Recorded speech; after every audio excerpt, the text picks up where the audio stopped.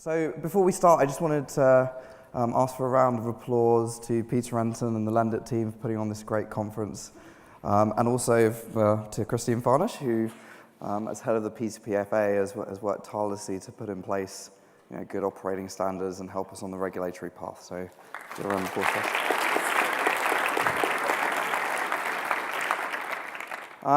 So I just wanted to talk a little bit about Funding Circle. I promise this is the only bit before we get started. So Funding Circle is the global leader in direct lending to small businesses. We've originated over $2.5 billion of loans on our platform since we launched in 2010. That's helped over 20,000 small business borrowers access the funds they need to grow and expand. The funding has been contributed by over 50,000 investors, so retail investors, government, institutional investors, private managed funds as well. We operate across 5 countries, so the UK, US, Germany, Spain, and the Netherlands, and hopefully in the future more. We have around $1.5 billion of loans outstanding, or loans under management, which we think makes us the largest online small business lender in the world by that metric. There's probably someone in China, to be honest, that's bigger, but I couldn't find anyone. And we've helped in the UK support the creation of 40,000 jobs and added £2.7 billion of economic value. So for every pound we've lent, we think we add about £2 to GDP. I think it's been fair to say that it's been a challenging first half of the year for our industry. We've had a number of events that have, maybe in the future we'll look back on as bumps in the road, but certainly felt very serious at the time. So at the beginning of the year, we had ABS markets have various different ructions as interest rates started to rise in the US. We had the Lending Club CEO, Renaud Laplanche, resign, earlier in the year. It was very sad to see Renaud leave the industry, someone who's contributed a great deal and will be missed. And we also had Brexit. Across all the different markets Funding Circle was in, there were various different things happening. But I've said it many times, and I'll say it again. I genuinely believe that we're actually entering a golden age for our industry. And I'm going to talk a little bit about why that's the case. And I think one of the big reasons is there are 3 really powerful trends that I think make our industry uniquely poised to succeed, and also, frankly, an unstoppable force. And I'm also going to talk about how I think we need to take advantage of those trends. So the first, mega trend, as I call it, is that banks are pulling back from small business lending, but also, consumer lending, various parts of the property market as well. What the graph on the left shows is total amounts of outstanding loans to small businesses in the UK. I've got an economist chart on the right showing Spain, Germany, France, the Euro area. So lending to small firms has contracted pretty rapidly since the financial crisis. And we're seeing this trend across multiple different parts of the market. One of the reasons, when we talk about the financial crisis, a lot of the time we talk about subprime, we talk about the poor quality of assets being generated, particularly in the US market. And I think that is an important part of the story. But actually, there are 2 other bits that I think are incredibly important as well. The first is that you had maturity transformation going on at an incredible scale at a lot of these banks. And I'll talk about that in a little bit, but that's really banks taking short-term money from individuals, from wholesale markets, and lending it on long-term assets. What you also had was you had very thin capital buffers at banks. So what banks do is they have some equity capital on their balance sheet, they take a lot of money, deposits, other instruments from investors, and they then lend it on. And those capital ratios were incredibly thin. So Tier 1 capital over risk-weighted assets is one measure of this kind of the amount of equity capital in the banking system. And it was very, very low. And what you've seen since the crisis is regulators step in and say, hey, if we're all going to be on the hook to bail out these banks, to sort them out if things go wrong, we need them to be better capitalized and safer. So you've seen capital ratios increase quite dramatically, which has led to this decrease in lending to the real economy. Now, I wanted to talk a little bit about this maturity transformation thing, because I think it's something that people don't fully understand in our industry, and I'm probably guilty of harking on about it maybe a bit too much. But what I've shown on the left is a major UK bank and the assets and liabilities in that bank. So the liabilities are deposits, wholesale funding. The assets are things like loans, so mortgages, consumer loans, small business loans. And on the right, I've shown a kind of, whilst lending platforms don't hold loans on their balance sheet, I've shown a kind of synthetic version of what that might look like. And what you can see is that banks have an incredible amount of short-term money. This is one of the largest banks in the UK, and over 90% of the funds that they're lending on is sub 1 year. Put it another way, if we all go to the bank tomorrow and try and get our money out, the bank doesn't exist because it can't sell off all these 25-year mortgages in order to satisfy the needs that we have. Whereas if you look at lending platforms, we perfectly match assets and liabilities. So we perfectly match the duration of these loans. Now, there may be secondary markets where investors can sell their loans. Many of these loans repay monthly, so they throw off cash flow anyway. But if there isn't a secondary market available, if you're not able to sell those loans, you're locked in for the duration. And that creates a much safer, much more stable ecosystem, I think. Put another way, what lending platforms are effectively the equivalent of 100% equity-funded banks, where the equity is provided by external investors. So it's a much safer and very different system to the banking system. So it's interesting, we often get confused with banks. I think this is a completely different way of operating. And because of the increase in capital requirements, because of all the regulation, because of the fact that banks have had to pull back from a lot of these different parts of the market, the actual price book value, which is a measure of how much banks are worth. I used to analyze and invest in banks. This is one of the primary measures we used to use. The price book value for most banks is now below 1. So what that is the market capitalization banks is less than the equity capital on their balance sheet. And what you've seen is some large banks, which are attached to existing institutions, so people like GE, which is a very large industrial business, as we know, actually decided we'd rather liquidate the bank, return the money to shareholders than carry on. So in the large banking part of the market, a lot of these institutions are under incredible amounts of pressure. I think that there's a very different trend for smaller, mid-sized banks, but I think this brings into stark contrast where the banking system is at the moment. And part of the reason I wanted to highlight this is, since the dislocations that have been happening in the beginning of the year, I can't tell you the number of articles I've read saying lending platforms should become banks. This is the way forward. And when I started Funding Circle with my co-founders, when we quit our job 7 years ago, part of the reason was because of a lot of these trends, and we didn't feel that banking was a good way of attacking this problem in its entirety. And I think it's very, very unlikely that you will see lending platforms become banks. So I just want to set that one straight. And what's incredibly interesting as well is if you look at the mid-corporate part of the market, mid-corporate lending. So this is where SMEs borrow between 5 and 100 million pounds. These are much larger ticket transactions.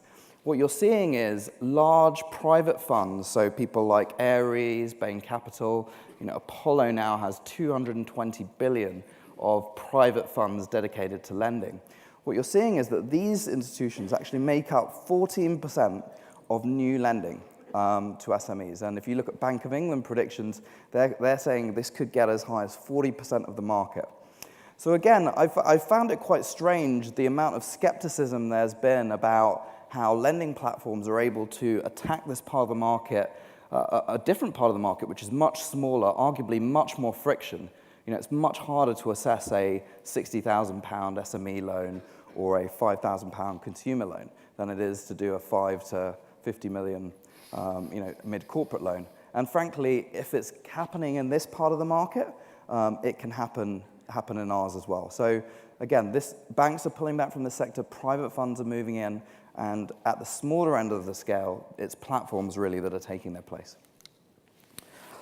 The other big mega trend that we see, and this is something that you'll all be familiar with, is that interest rates have been at very, very low levels. But what these charts show is real interest rates across the UK, US, and the Euro area. So that's the interest rate of the central bank less consumer price inflation. And real interest rates are negative. You know, they briefly came positive for a little bit of time, but they're pretty much negative in Western developed markets. And that's a big problem because in order to fund pension deficits, in order for people to grow their savings and investments, they need positive yield. You know, put another way, where are you going to get the yield you need in the world? Because there aren't that many assets that are generating attractive yields at the moment. And what I've shown here is the annual returns from alternative lending versus major fixed income asset class. And I took this data from SoFi and Orchard, who are one of the large aggregators in the US. What the bottom axis shows is the standard deviation. So that's a measure of the volatility. So the more you get to left view, the more volatile these investments are. And if you go higher, that's a higher return. So over the past 5 years, alternative lending has generated higher net returns than any other major fixed income asset class with lower levels of volatility. So it's more predictable year on year. You know, put another way, there's only one asset class in the world where you can get this return, low volatility combination, and that's alternative lending. The third mega trend that, again, is very powerful is that the internet and mobile now are allowing capital-light business models to disrupt enormous industries. So, you know, we've got logos here from Alibaba, from Uber. You know, Uber is disrupting one of the largest markets in the world, transportation, without actually owning vehicles. Now, you know, in the future, maybe they will with self-driving cars and things, but, you know, who knows? But the same thing with Airbnb. You know, Airbnb disrupting probably the largest hotel in the world now, effectively, but doesn't actually own any of the rooms it operates in. So the power of the internet, the power of this reducing friction, reducing transaction costs, is allowing enormous industries to be disrupted. And frankly, there's no larger, more capital-intensive industry than financial services. And I wanted to bring it into stark contrast because, you know, at the end of the day, all businesses are really, in the long run, about return on equity. That's how efficiently is capital being generated and returned to shareholders.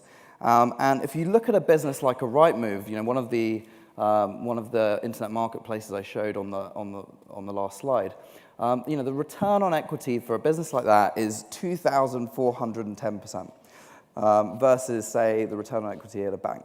Now, whether marketplace lending or platforms get to that kind of level of scale, you know, level of return on equity, I don't know, but it's certainly going to be at many multiples of what's there in the banking system.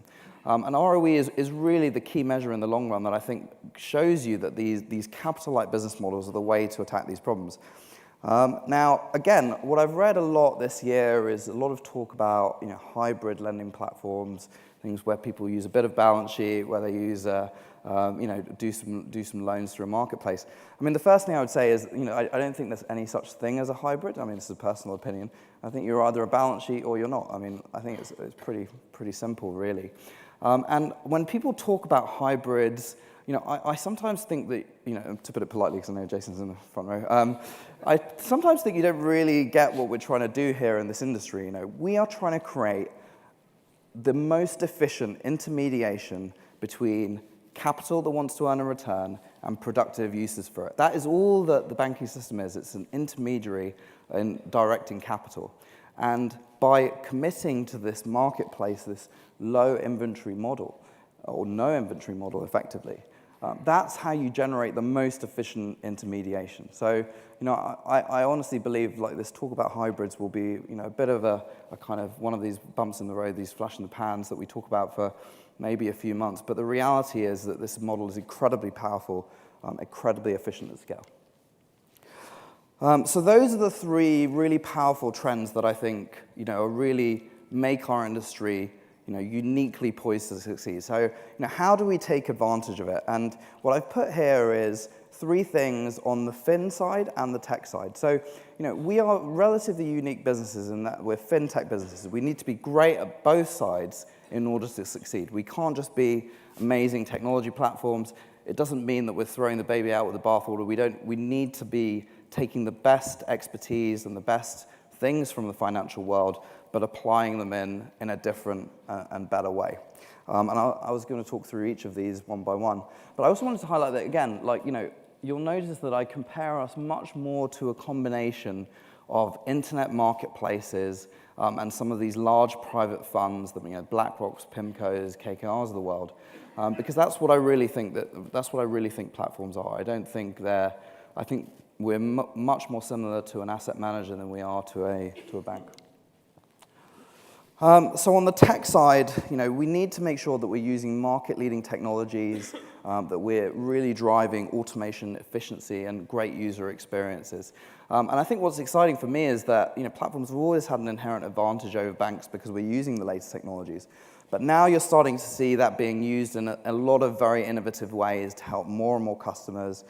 Things like Prosper Daily, SoFi, other SoFi's wealth management product. More and more things are coming out through driving great technology, and this will be a sustainable advantage, I think, for many, many years to come. The second big part of tech that we need to be great at is advanced data analytics.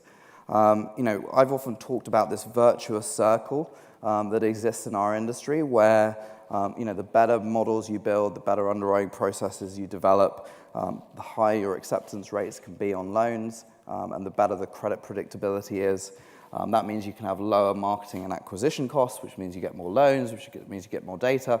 And data sets are getting to the level of scale now where we can start to use pretty leading techniques from the tech world. So machine learning, things like that. We're really starting to push the boundaries now relative to using much more technology-oriented stuff than others.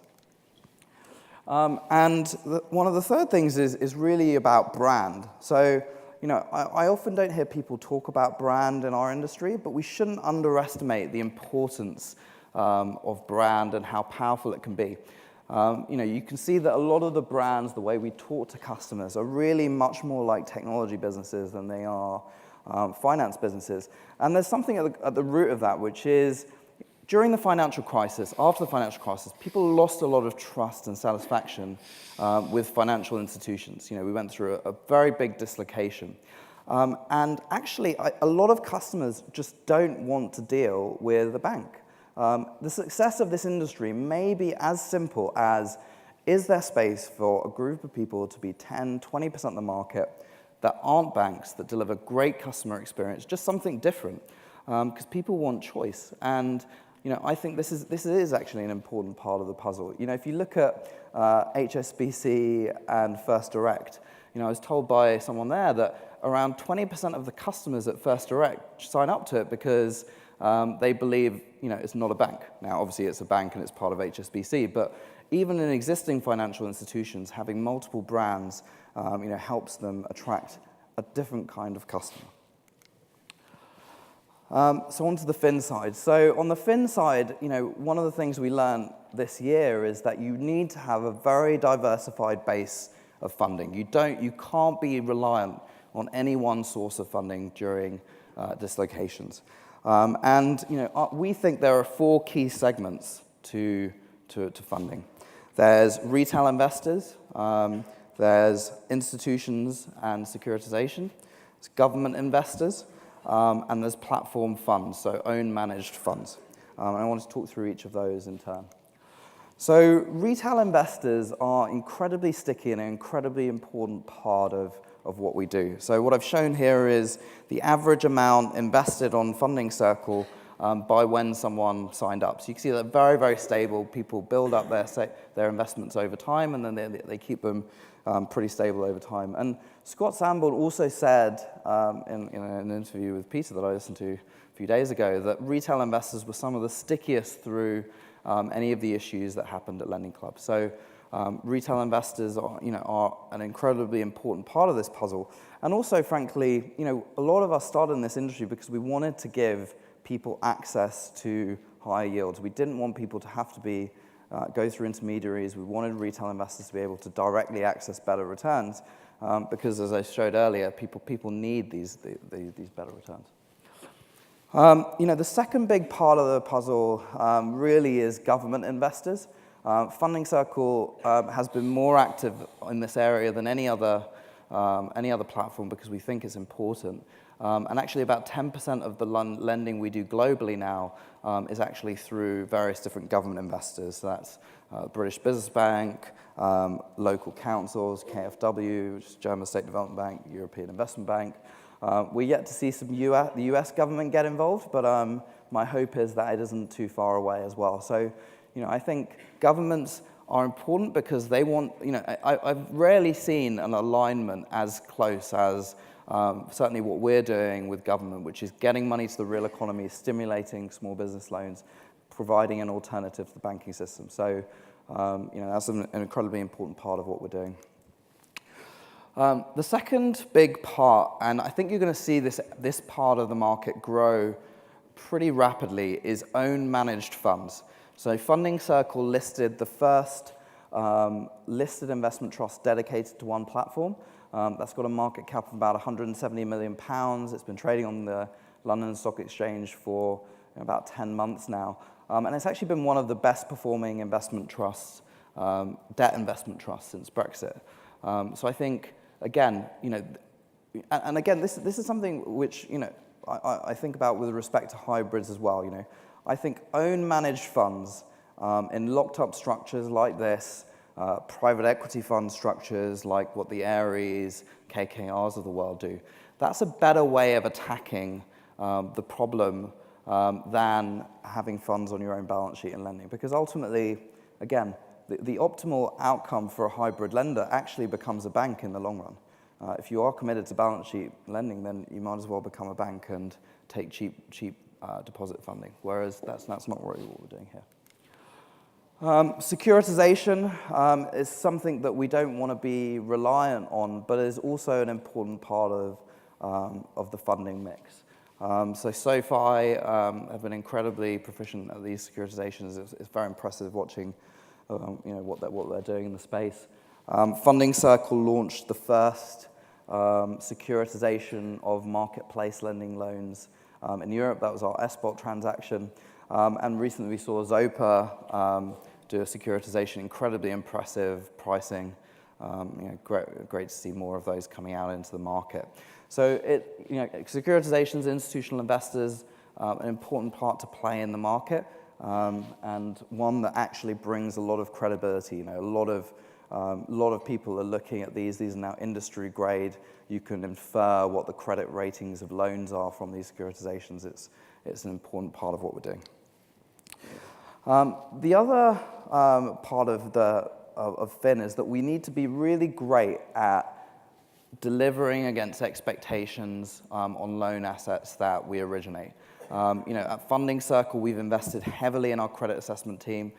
We have 40 people doing risk and data analytics globally. We've got another 100 people across our manual loan assessment team. So getting good at this stuff is really going to be how we succeed, because if we don't lend money, we have to deliver against the expectations we set in the market. And what you see from P2PFA data, so again, the P2PFA has been, P2P Finance Association has been great at getting this data standardized across major platforms, is that actually in the majority of cases, loans are performing better than at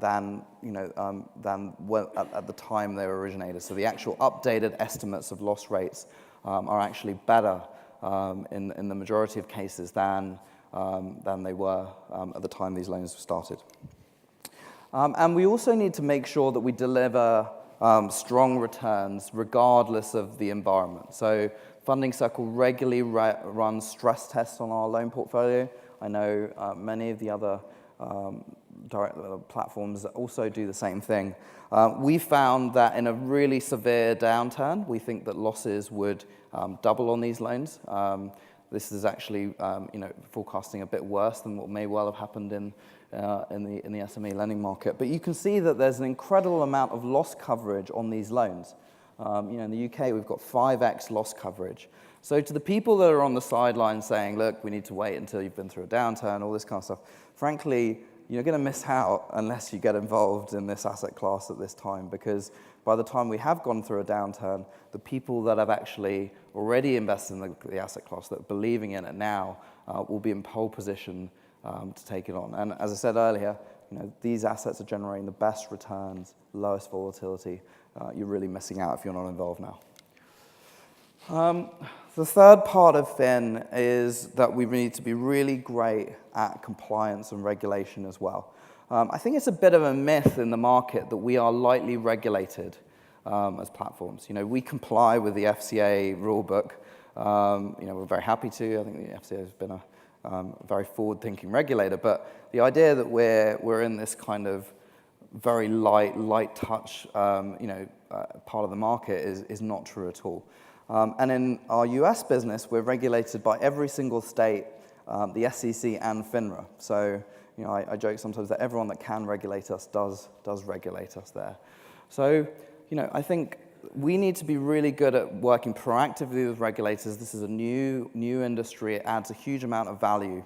But we haven't just done that. We've also been at the forefront of putting in place best-in-class operating principles and standards. So the P2BFA was one of the first institutions there, set up by Funding Circles, OPA, and RateSetter originally, but has since expanded to be more and more platforms. In the US, we have the Marketplace Lending Association, we have the Small Business Bill of Rights. So we are trying to be proactive ourselves in setting out best practice standards and things that can really help the industry to succeed. And that's important because I do think there is a lot of misunderstanding about how these platforms operate and the level of risk that they pose to the economy and to the system. Put another way, lending platforms do not pose a systemic risk.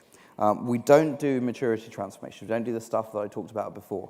So, if a bank were to cease to trade, you would need a living will. You'd need a whole team of people to wind it down.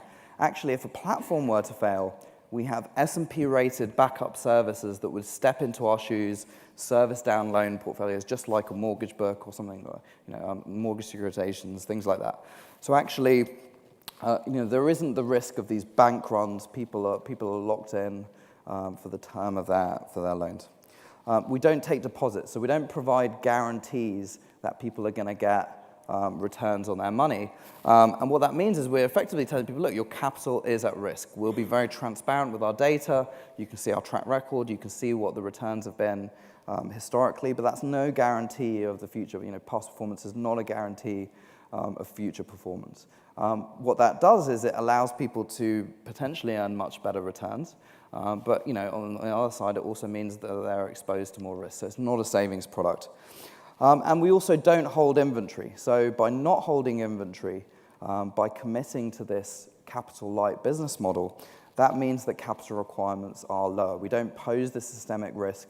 We're much more similar to an asset manager than a platform. And again, we have various different arguments about getting platforms to invest in loans, but at the end of the day, we don't ask people like BlackRock, KKR to invest in the funds that buy the loans through, that they're managing. It's pretty much the same kind of thing. We're much more akin to asset managers, a combination of asset managers and internet firms than we are to to banks. And at the end of the day, really, the whole thing is about customers.